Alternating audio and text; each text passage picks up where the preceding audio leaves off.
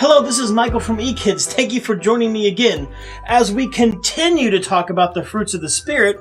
We've talked about love, joy, peace, patience, kindness, goodness. And this week we talked about faithfulness. And Jim Bailey did a great job talking to our children about faithfulness. We used the story of Peter when he was arrested by Herod.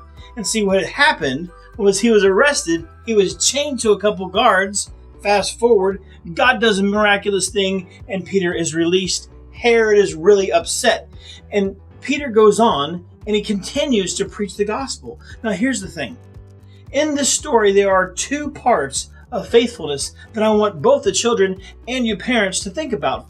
See, one, God was faithful to Peter. Now I know that it's not every single moment that God releases the chains in your life. Right? Sometimes it doesn't work out the way we think it's going to work out. But trust that God has your best interests in heart. Like I've said before, think with an eternal perspective, not a minute, finite perspective.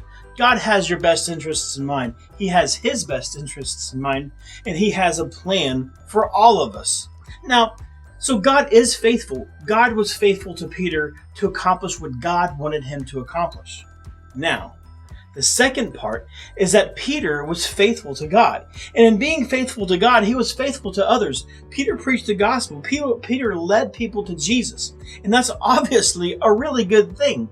So he could have simply just quit. He could have went away. He could have taken a nap. He could have done all kinds of other things. But he didn't. See, what Peter did is he continued to preach. So that's the good news. Peter was faithful. What about you?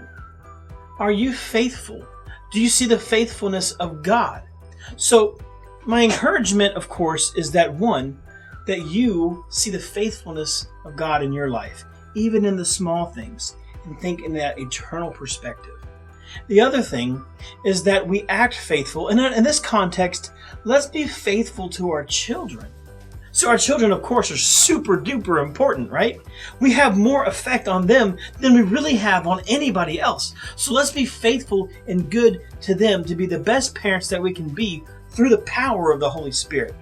And again, we've talked about the Spirit. We've talked about how salvation leads to the Holy Spirit, how the Holy Spirit leads us to the fruits of the Spirit, and how, again, one of these fruits is that awesome fruit of faithfulness. Let's display that. Let's embody that. Let the Holy Spirit work through us so we can be faithful and show our children faithfulness. So again, love each other, be faithful to God, be faithful to your children. Love you.